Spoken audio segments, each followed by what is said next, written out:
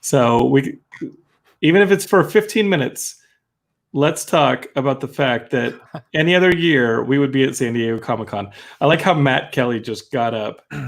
Isn't he supposed to be on another stream right now that I think about it? Yeah, Matt's supposed to be on this horror stream, and he's like hiding from the camera because he doesn't want the horror fans to like know that he's cheating on them with the Geekscape. Matt literally just got up and left the room. Oh wait, Matt's back.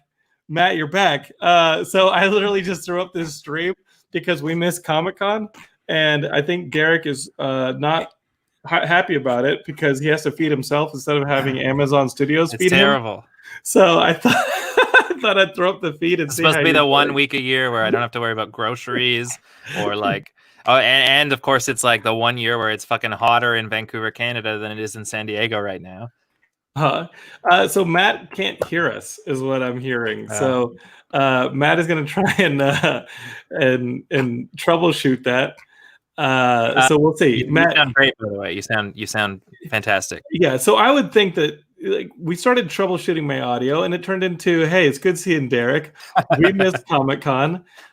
Even if it's for 15 minutes, let's check in with each other and talk about how we missed Comic-Con. Yeah. And so, Derek, how are you doing, man? You're up there in Vancouver. Matt Kelly is AWOL. Let me drop him from the studio. When he comes back, he's going to give me a big wave. But how you doing, buddy? I know okay. You're up in Vancouver instead of eating the free food that Amazon Studios would have been giving you right now. I'm trying to coax Michaela into making me food instead of Amazon this year, and it's it's not working out. I'm okay. I feel like today, obviously we like typically would fly into Los Angeles or San Diego earlier in the week, and today is the first day it really hit me, and today is the first day that I've really been bummed out, and I think it's just because I canceled my vacation time. I worked all week type thing. And today being a weekend, I was off, and it was like, oh, this sucks. Like I'm supposed to be hanging out and like just not sitting at home and seeing my friends and doing all this cool stuff. And of course, like, Facebook memories and stuff like that, which is usually something I love because it's like, oh, here's this cool thing I did like a couple years ago, or this like neat memory that I have or whatever. Like for the last week, it's just been like, here's all this cool shit. Here's all this cool shit. Here's all this cool shit. And now I'm just like sitting in my fucking warm house, like just basking in disappointment about, and at the same time, I feel guilty for feeling disappointed because there's no fucking way on the planet this convention should have happened. And if it did, I probably wouldn't have gone because it seems terrifying, but it's hard not to be disappointed in the fact that, we gotta stay home and not be together in a time like this. So that is, yeah. I'm sorry, man. Saving a lot of money though. There's no flight, there's no hotel. I still bought a number of Mondo posters this past week, but without the flight and hotel, it seems a lot less expensive to get those. So, did you? You know what? Like, at least you've been to Comic-Con because Rick though on YouTube said, "Yo, this is the closest I've been to Comic-Con is just us talking about Comic-Con." Yeah. And these were always like these, either post or these pre-Comic-Con episodes were always my favorite because they're just like, I don't know, they're 3/4 of it is like inside jokes or stuff that like people that weren't there with us won't understand, but we're just laughing our ass off the entire time. And well, Matt's back. I think Matt is back. He went to grab headphones. If you're watching this, just know that I sprung this on them. I wanted to check in on Derek, and Matt and I wanted to check in on Derek because every year we've been together this day. This would have been my 8th year down there, and like with you and with Geekscape in a row, which is crazy. And so we check in on Derek, and I said, you know what? Why don't we just throw up a stream? It might just be for 15 minutes, but I want to check in with my friends who I've spent every single year with, for, like Derek said, the last 8 years. Maybe we'll share a few Comic-Con memories. If you're watching this, share your Comic-Con memories. If you're Ian Kerner, let me know if you want to jump in the stream too, and I'll send you the link. And you can jump in with us, but let's throw Matt in here. Matt and I have actually been at Comic-Con longer than 8 years. Derek, you've joined us for 8 years, but I think Matt has been coming to Comic-Con to help out with Geekscape since 07 or 08, and then or maybe it was our first booth year, Matt, which would have been 10. I was the first 2 booth years, and then I was gone for a bit. Yeah, and then about 4 or 5 years ago, I started going every year. Well, Jason Elliott said, I met you at Comic-Con. I know Jason. Jason comes by our booth every year, and this year he's not going to be coming by our booth. So, Jason, love you, man. Hope you're doing good. He's been coming since 2007. I think, well, he's probably been coming longer, but 2007 is when he met us, or at least met me. I've been coming since 2005. My short film, Gay by Dawn, was in the film festival in 2005. So I went down there and it won Best Comedy Parody Film. And it still holds up. I think so. I think it does. So, yeah. Yeah, so we're not at Comic-Con for the first time. For me, in 15 years, this would have been our 10th or 11th year as exhibitors. We would have launched our new social message shirts, which you can get over at, I think it's bigcartel.geekscape.net. I actually have a banner made for it. Let's see. It's right there. New shirts. Geekscape.bigcartel.com is what it is. But whatever. F the shirts. I'm checking in on my friends. Let's talk. Speaking of shirts, you're a little bit blurry there, Matt, but what kind of creepy co shirt are you wearing today? This is a bunch of tiki statues with crazy ghosts coming out of them. So I saw that's on brand. That is on brand. I saw the Comic-Con exclusive that I would have almost bought and then saw the price of and then said no thank you. What was that? Which someone was selling, and I posted on the Horror Movie Night Facebook page at one point, but it was a Homer Simpson mashed up with the Toxic Avenger. Oh yeah, I saw that. That looks cool. $75. That's not that bad. Okay. You could have got DMC's crew to go get it for us. That still hurts. It still hurts. That's an inside joke. We'll let you on the joke. Last year, we hosted DMC, Daryl McDaniels, who you all know from Run DMC. He was our guest all weekend at the booth, and he had his crew with him. And Daryl would just hang out at the booth. He was cool. His crew would go out and just like get tons and tons of merch and like bring it back to the booth. So by like Saturday, the Slim Jim thing that Derek and I wanted so badly. The whole weekend, every fucking day, I run to the Mattel Savage booth. Slim Jim. So Geekscape is by Saturday. Our booth is just filled with like exclusives and junk that we couldn't even operate our own booth because they would just keep coming back and dumping these freebies that they would get from places. I don't even know where all this stuff was coming from. Matt and I are just trying to sell t-shirts. Derek's just trying to put his backpack down before he runs to another Amazon screening for some free food. And so, like, come on. I'm sorry. You definitely could have gotten the Homer Toxic Avenger for 50% off if you'd have been there this summer, Matt. Like, I'm sorry. Speaking of that, like, have you guys bought anything that would have been on sale at Comic-Con? Have you guys been into any of that no, this year? No, those G.I. Joes. I don't even see anything. This is going to sound, I mean, I'm going to say something that's kind of the whole reason we're having this call anyway, is like, if this year without San Diego Comic-Con has taught me anything, it's that I don't actually give that much of a shit about San Diego Comic-Con. Like, the stuff that I literally am missing is like riding around on e-scooters with Derek the day before the show opens up, and like when going that popped to get up on food. my Facebook memory like this past week, it was just like I was so bummed that it wasn't happening, but also like, man, that was like such a good time, and it is those moments that you remember, like I don't a year later or 5 years later or whatever. I feel like it's the stuff I remember a week later. Like the actual Comic-Con itself is such a blur, and like John goes to pretty much no panels. I go to a panel. Yeah. Like, you know, we don't. John and I. I'm all about the offsites, so that's what I mean. This like, was pretty. This Derek was pretty rough. Rarely comes into the floor. But I was going to say, if I was telling someone, she just popped in. Get her. But I was you were part of our Comic-Con. She just got home from walking the dog and brought me a beverage. She's been trying to feed me alcohol to like suppress my sadness for Derek, I don't blame you though, because if I wasn't running the booth, which is like definitely where I like doing Comic-Con anyway, but if I wasn't running the booth, I would want to do all of the off locations. Well, because that stuff's so much cooler. It's so much more cooler. Interactive. And we did like the Godzilla one that one year. That still is probably the best one that I've. I remember going to the Tron party. The Tron party was really cool. And I feel like I feel like I'm such like a planner that like the floor and walking the floor is more stressful, I feel like, than it is fun. But because everything is announced weeks in advance in terms of like this booth will have this and this booth will have that, and Mondo I'll have to try to buy everything that they make. You know, I'm not that interested in browsing around when I'm shoulder to shoulder with 1,000 people. Like the offsite things are cool and unique and something that you can't get anywhere else, where half of the shit I could buy regularly online anyways. Half of it's not exclusive, and you know, I don't really care about toys unless it's a Macho Man Slim Jim figure and that sort of stuff. But there were like 5 of them in our booth last year. Yeah, right. Taken one, and I don't think they wouldn't even notice. We 100% could have both walked away with a Macho Man Slim Jim with no one knowing. A week later, they would have sent me an email to be like, "Did you ever see these Macho Man Slim figures?" And I would have been like, "I don't know what you're talking about." Yeah. You would have been like, "I told you not to leave your shit in the booth overnight."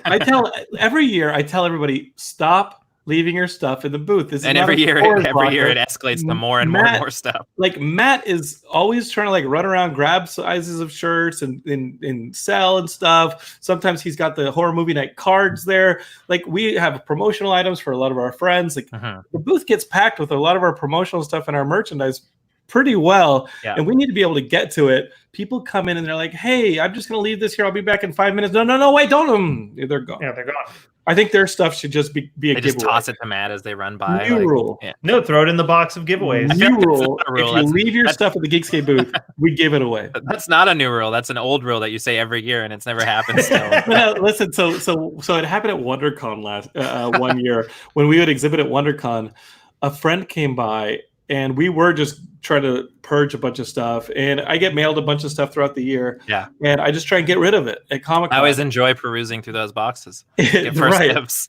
You get first dibs. So I had that box at WonderCon 1 year, and people were coming in and they were dumping stuff. And we were just giving stuff away. If it was not a t-shirt and it was on our table, it was good to go. And about an hour after he had come by, a buddy was like, "Hey, I bought this $40 Zelda book or like $80 Zelda book. It's really nice. Have you seen it? I left it here." And I was like, "I don't know what you're talking. I mean, feel free to look under the table, but I tell people not to leave stuff at our table." And he's like, "It's gone." Somebody got it as a freebie, and they made out. I leave very clear instructions. So Rick, though, on YouTube has a question, and it's fun that we're having people watch this, even though we spontaneously just threw up a little broadcast because we missed Comic-Con. He says, "Who is the first person you ever got a picture with at Comic-Con? Do you remember?" I don't think I remember. Jonathan London. I know mine. Okay. Because I don't do a lot of celebrity photos. I've actually only ever gotten 2 in the entire time that I was at Comic-Con. And the first one was Kyle Gass because he was seated next to us. Yeah. And I was like, "Oh shit, that's Kyle Gass." That's cool. No one was going up to him for a picture. So I was like, "Hey Kyle, can I get a picture real quick?" And it was like just right there from the Geekscape booth to the booth that was right next to us with him. And then the other one, and then the other one was I can't believe I just blanked on his name. Corey Graves from WWE.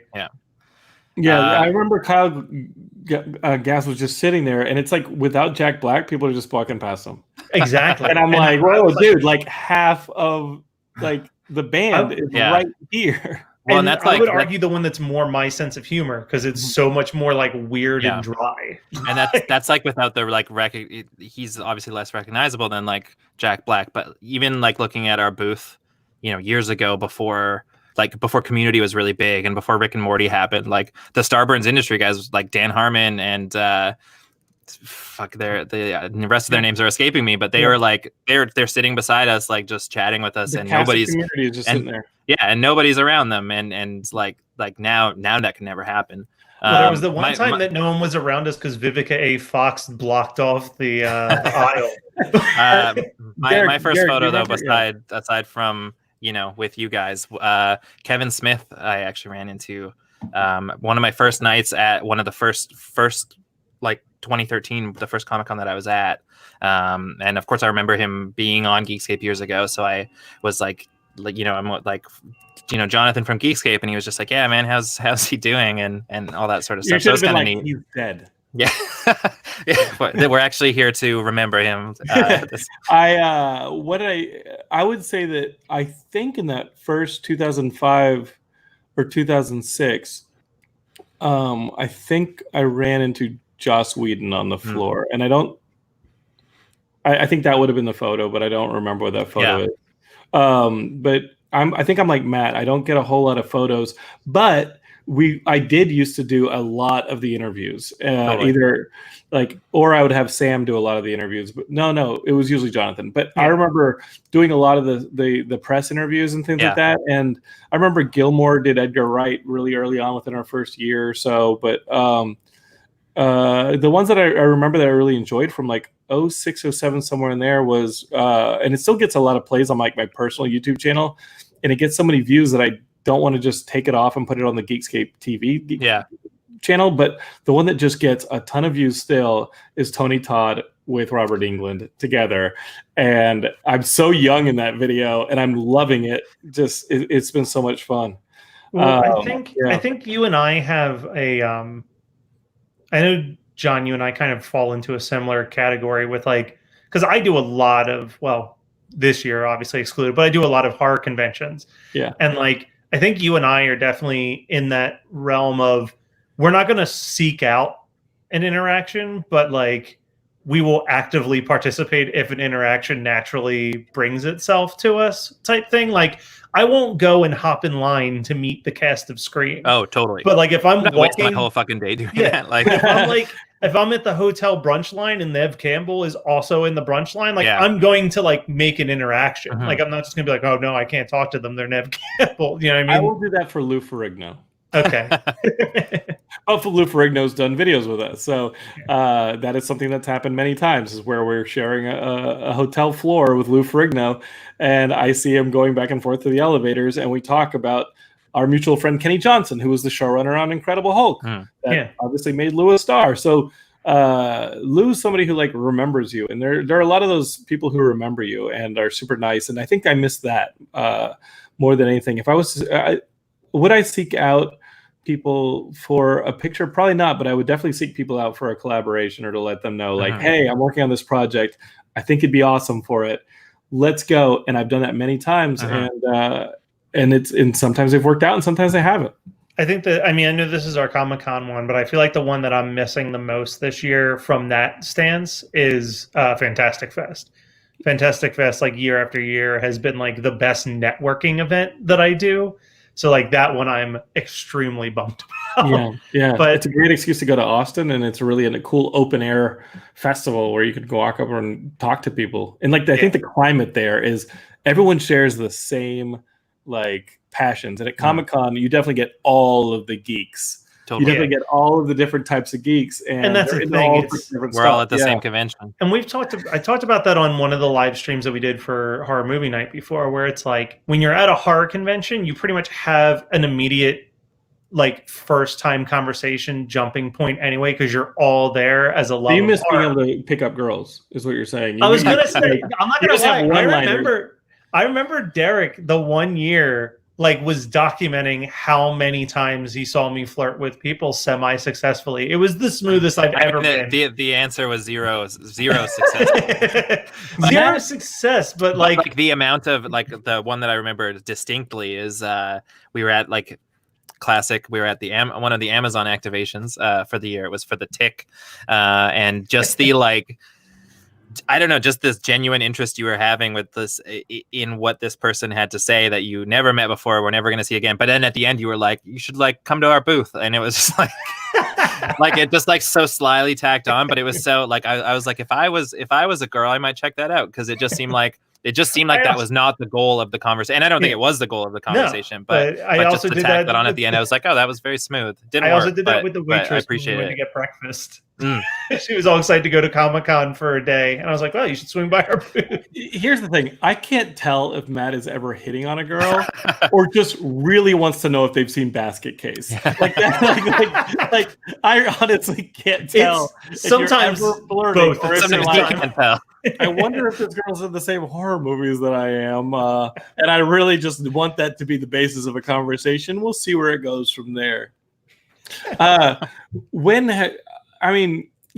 do miss the open air atmosphere that I'm with you guys. The being on the floor, the coolest thing about being at the booth is being at the booth and just kind of checking the barometer of Geekscape and like people being like, "Hey, what's this about?" Or "I've heard of you guys. I remember you guys from last year. Oh, this is fun." But it's that after 6 p.m. dude, having dinner and hanging out and making fucking songs and jokes is the best thing ever. Either making friends with or making people uncomfortable in the hot tub. Like when we just all walk in there, it's just like, hey, I don't know what your conversation was about before we got here, but we're dictating what you're talking about for the next hour now. Slide in that hot tub and you just stare at somebody like this. Well, I'm the worst because I don't have my glasses on, so I'm just staring at shapes. I don't even know what I'm looking at. Oh, when you go to the hot tub and you're not wearing your glasses, you can't see a damn thing. It's pretty bad. We could have drowned him, and like he would have been defenseless. I don't have to, John. You command a room, or in this case, a hot tub. So like. It doesn't matter what they were talking about. Now they're in Jonathan's world. And Jonathan is like... Just start bringing the Zoom down there next time. We can do another podcast. But people have said that I'm the mayor of Comic-Con because I'll just walk in into any conversation and just be like, let's go, let's talk. Yeah. But I think that's just anybody can really do that when you have so many shared interests out in one place. Well, I remember I think it was Derek was with me the one year that we went into the hot tub, and it was like one of the high up guys at like Hasbro Toys just talking to us about toys. Yeah. He's like, "Oh man, we got some cool stuff." Or whoever has the Star Wars license. Yeah, it was whoever has the Star Wars license, and he was like, "Oh yeah, like we got all these toys that I can't talk about for the next movie." And he had saw the new movie before us, and was like, "Yo, there's some cool toys coming out of that movie." Is all I'm gonna say. The movie itself's gonna suck, but listen, it was The Last Jedi coming out, so he didn't warn us about that. That movie's tight. I like. Listen, I've said it before. I like Last Jedi a lot. I've only seen it the one time, but the one time I saw it, I was like, "Yeah, the movie's got some tight stuff in it." Yeah. And I did not fall asleep 20 minutes in like I did for the last one. Oh, it was a midnight show, but still. And that's the thing. Like, I just literally rewatched Rise of Skywalker for the first time today, and it's like I didn't hate that movie as much as other people hated that movie, but I definitely think it's the weakest of the three because for me it's like I liked everything that Last Jedi did so much. Like I liked that it was this complete go against the grain, subvert everything, and then like in 5 minutes Rise of Skywalker is just like, yeah, fuck that movie. You just reminded me of one of the many times that I've gotten the what the hell look from somebody at the Geekscape booth, and it was talking about I think The Last Jedi. There were people at the booth, and somebody said they were just talking. You know, I think there were teenagers or maybe college kids, and we were talking Star Wars. And I try and keep the opinion like kind of neutral. Like maybe they like it, maybe they don't. I really just want them to like Geekscape, so I'm going to keep my mouth shut. and I get pretty delusional, as you guys know. And really, when I get tired, like the characters start coming out, and this person goes, "These two kids, they're talking about how much they just hate." Star Wars now, and he goes, "Yeah, I just really hated The Last Jedi." And I go, "Why?" And he goes, "Well, it's because it sucked." And I go, "Well, that's a waste." I go, "Well, that's a waste of energy." And he just looked at me, and I go, "Save your hatred for things whose breaths you can extinguish by putting your hands around their necks. Hating on something inanimate that you have no control of is useless." And they just looked at me like this, and they just go, "Okay," and they walked away.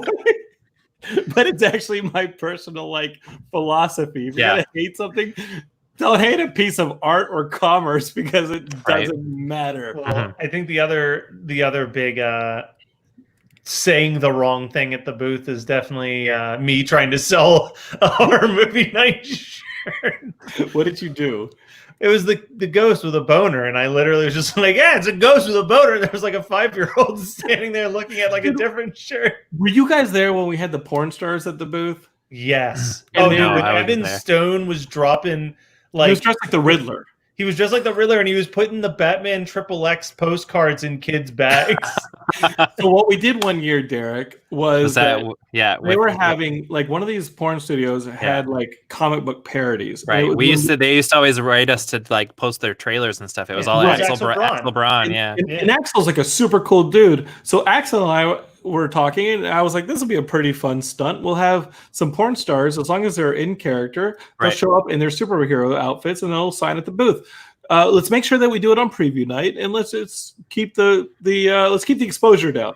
So that didn't work because we had like 6 superheroes at the booth in slightly altered costumes to make them obviously not like copyright violating. So we had these 6 porn stars dressed as superheroes at the booth, and kids were taking tons of photos with them. Oh my gosh. Then you would see the parents, and it was clear like the dads knew who they were because they'd be like, can I get a photo with you too?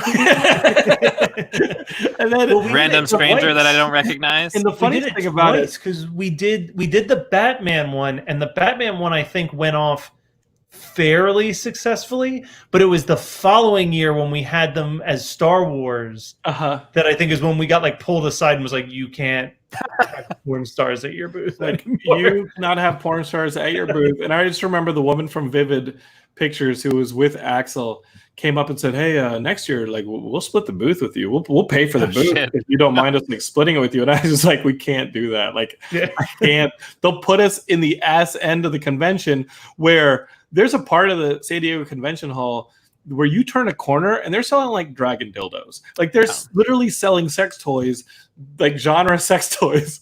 And I don't want to be stuck there with like the weird sexual wizard stuff. But the one thing that I do remember really well after that porn star signing was walking the floor with Axel. And he is a huge geek and a super nice guy. And we're walking around and he knows all the stuff. He knows comic books definitely better than I do, which is crazy because I know comic books really well, but he's walking around. But he's calling out the cosplayers, and he's like, my Superman looked better than that Superman. My Spider-Man looked better than that Spider-Man. I'm like, yeah, your Spider-Man also like had a like easy access hole for his penis to come out. Like, come on. Well, let's talk about 2 of my favorite. If we're talking about X-rated stuff at Comic-Con and Geekscape, 2 of my favorite Geekscape Super Action Man moments, I think it was at San Diego Comic-Con.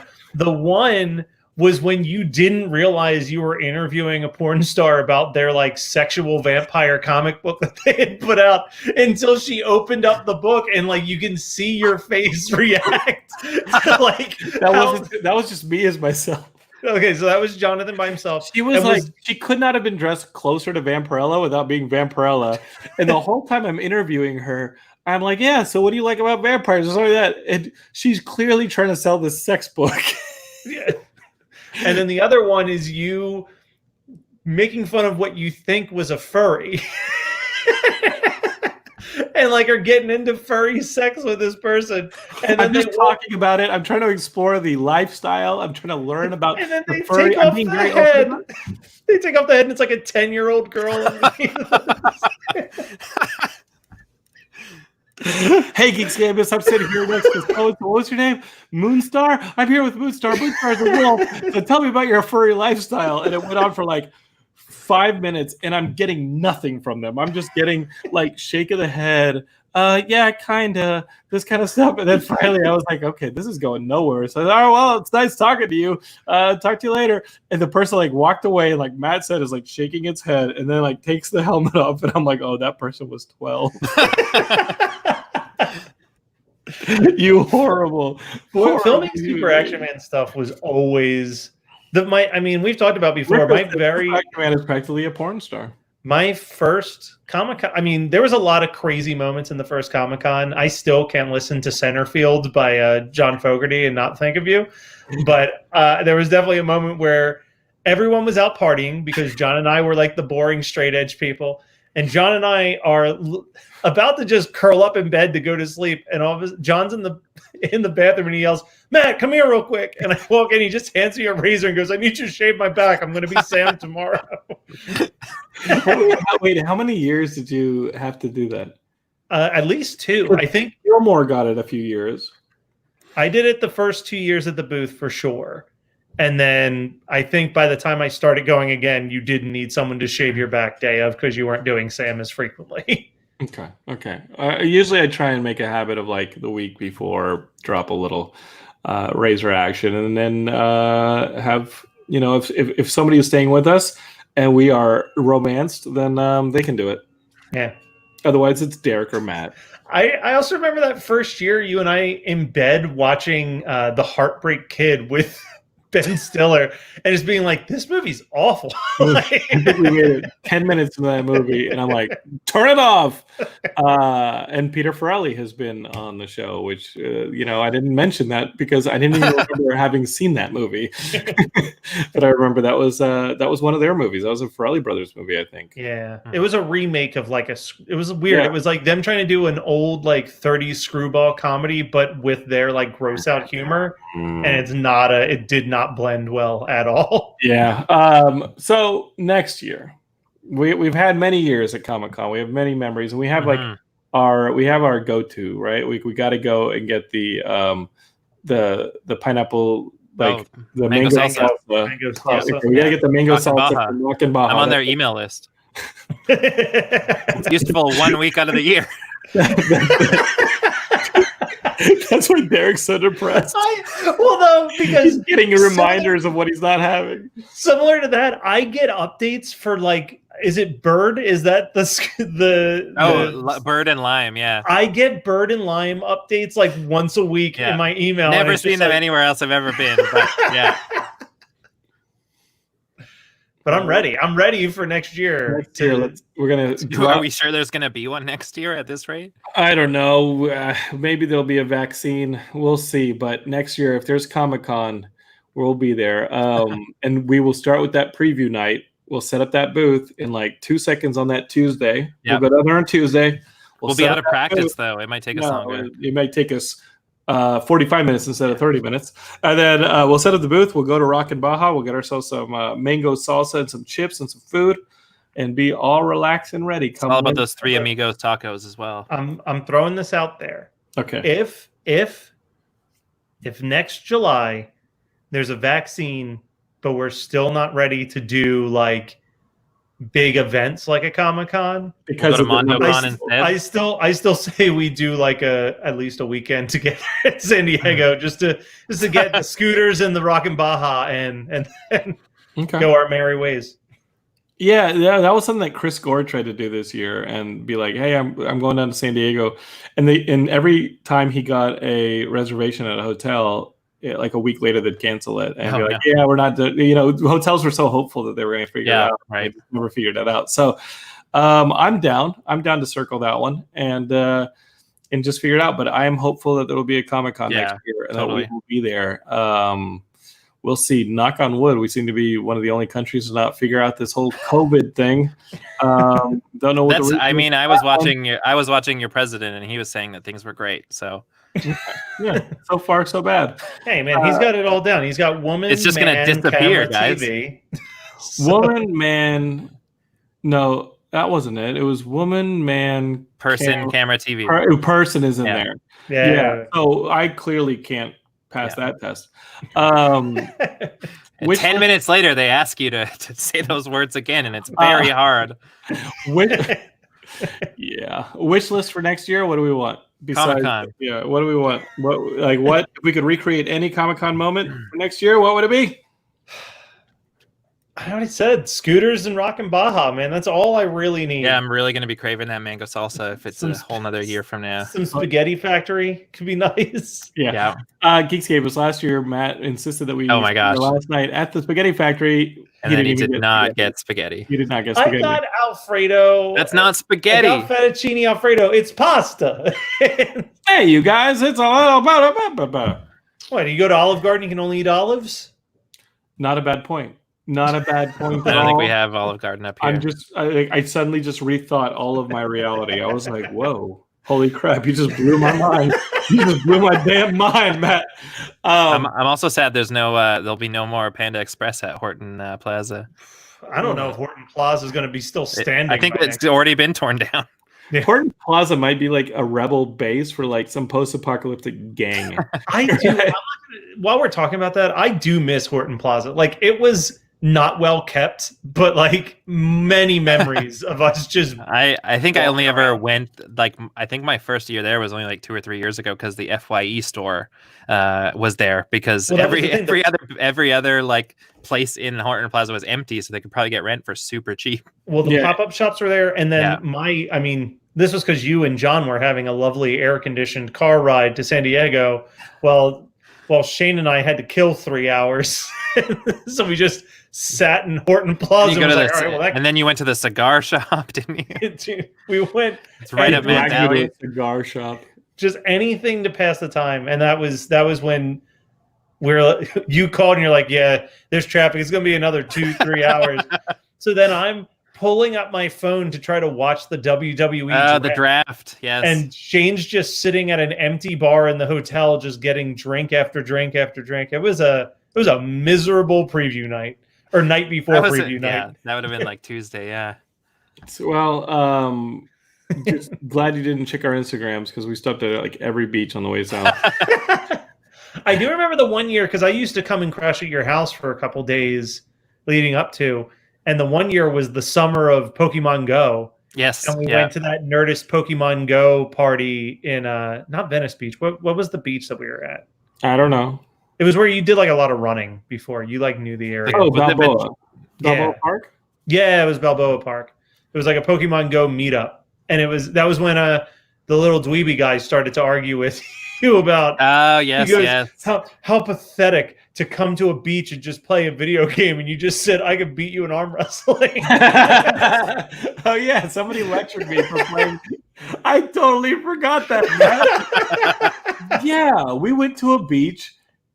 We went to a meetup in Venice at the Venice Beach Pier or Santa Monica Pier. We went to the Santa Monica Pier and we're playing Pokemon Go, and people were Pokemon going up and down that bike path from Venice to Santa Monica Because they were just dropping lures. It was Yeah, like Oh, yeah. nonstop dropping lures. lures. It was a lot of fun. And some guy, came by. I totally forgot about that, man. He goes, come to the beach and you guys are sitting there catching Pokemon. Pathetic.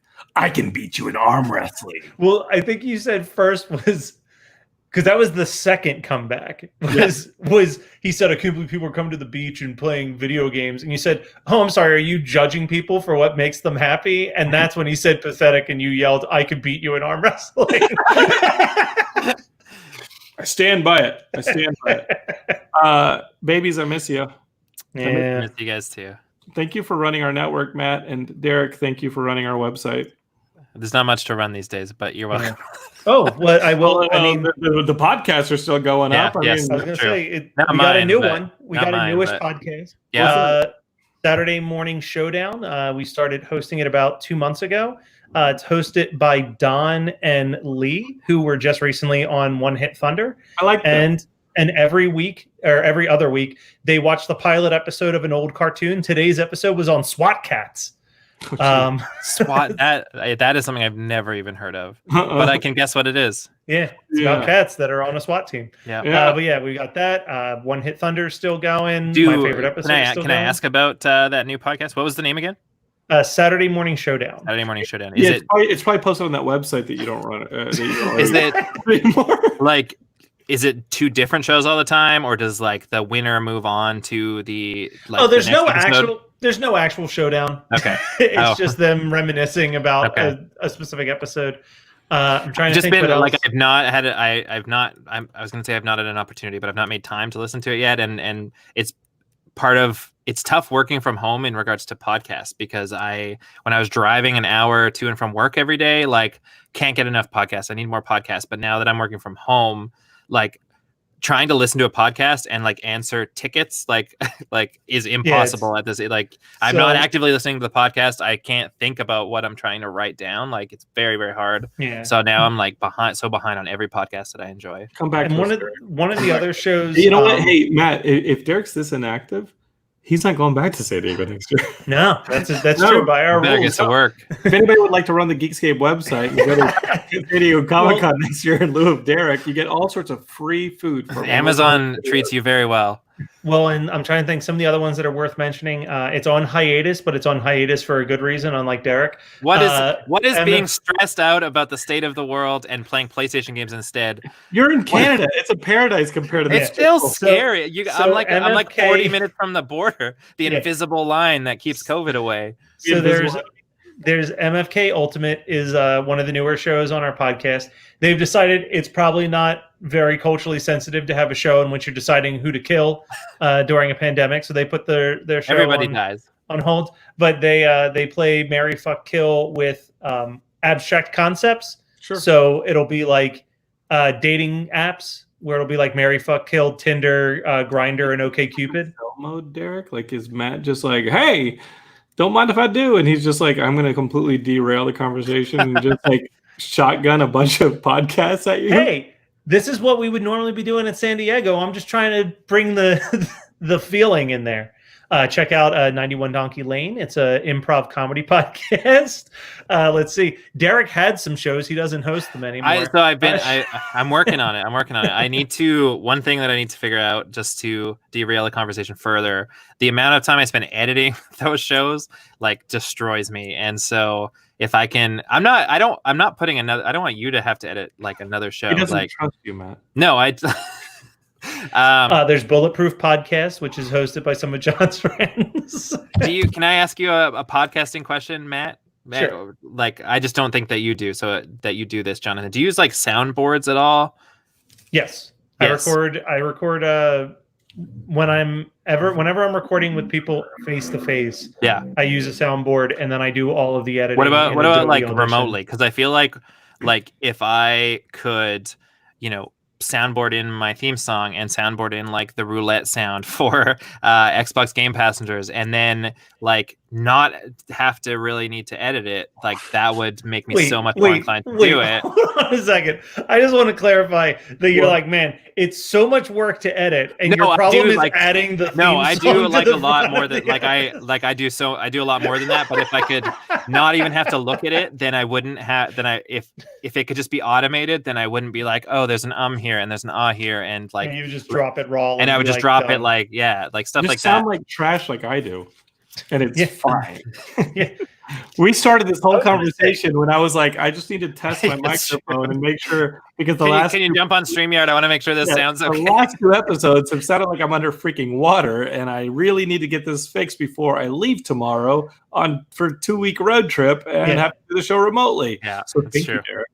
It might be the room, honestly. It might not. It just might be that the room is echoey when it's recording. I don't think so, because he sounds totally fine today. Same room. And yeah, he sounds fine today, and it sounded really rough the last couple of episodes. Yeah. So. But see, here's the thing: he probably gets more listens. Oh, he for sure gets more listens than Horror Movie Night does, and puts in none. It takes me 3 to 4 hours to edit every episode. Me too. Of Yeah, podcast. yeah. Look at that face. For an hour-long show. Yeah. Does, like, Plus, I gotta play fucking like. I designed this entire thing so that I could add a theme song, add a bumper, run a filter on the thing to clean it up a little bit, and post. Yeah. And I'm sitting there like, oh man, if too many ums get in there, people are gonna shut it off. I'm like, I've only played this game for 20 hours. I don't know if I have a good enough like impression. Like, guys, if you listen to the last episode, just remember my motto: be dumb. It doesn't matter. It's not about quality. It's about quantity. I'll just read the synopsis from here on out and then give my impressions based on that. Yeah, based on the 3-sentence description, I think that you should take a chance and play this game. Yeah. This looks pretty good. All right, love you both. I can't wait to be in San Diego with you both next year. And we'll see who joins us. I hope that you join us, viewers/listeners, because with this whole StreamYard thing, maybe there's a way that we can do this at the booth. Maybe we can do this live in San Diego. Maybe we can bring some of the viewers and listeners to San Diego live with us in whatever form it is. If they cancel the convention in person, let's go down there and let's figure out if we can do a little more Geekscape, running around on the beach and having bros yell at me for being like, you're on your computer. Does that sound good? Sounds great. Love you guys. You can listen to Matt on the Horror Movie Night podcast. It's one of my favorite shows. I will be on it in September talking about Chud. That is in the Ooh. calendar, and I will not get out of that one, and I will not try and get out of that one. This is a spontaneous little Geekscape broadcast. I will put it out on the feed, but if you're listening to this and you're like, I want a little bit more Geekscape, that sounds like fun. I'm actually doing 2 this week that are pretty good. Monday evening, I'm sitting down with somebody who wrote this new zombie book, and he actually co-wrote it with George Romero before George Romero passed away, and he finished it up, and they're putting that one out. So that'll be cool for you horror fans. And then on Thursday, I'm sitting down with Vinny Fiorello, who started Fueled by Ramen Records and was the drummer for Less Than Jake for a long time, and he's got a new ska meets comic book property that we're talking about. Comic book? It's a comic book. So we're going to be talking about that. And I've got about 2 Geekscapes booked a week coming up. So that'll be crazy. I'm loving it. That's a good quantity. I remember there used to be like big gaps, and now like it's hard to keep up. I'm feeling really good about it. I love it. Yeah, it'd be like months with no Geekscape sometimes. Oh, but tons of depression. So Derek, I know where you're with. I know where you're at. It's okay that you're not doing your podcasts, and when you're ready, clearly we're going to be here because #Geekscape forever. Geekscape forever. You know, we're going to leave the light on for all of you. And I love you. My producer Gnome, I told him I was going on the road trip, and he said, "Yeah, there might be work and like stuff you got to do. Like, are you preparing? Are you able to do that?" And I said, "Oh yeah, I'm bringing all my equipment with me because #Geekscape forever." All right, I love you guys. Awesome. Love you too. Guys. We'll see you on the next. Bye. Bye. Bye. Bye.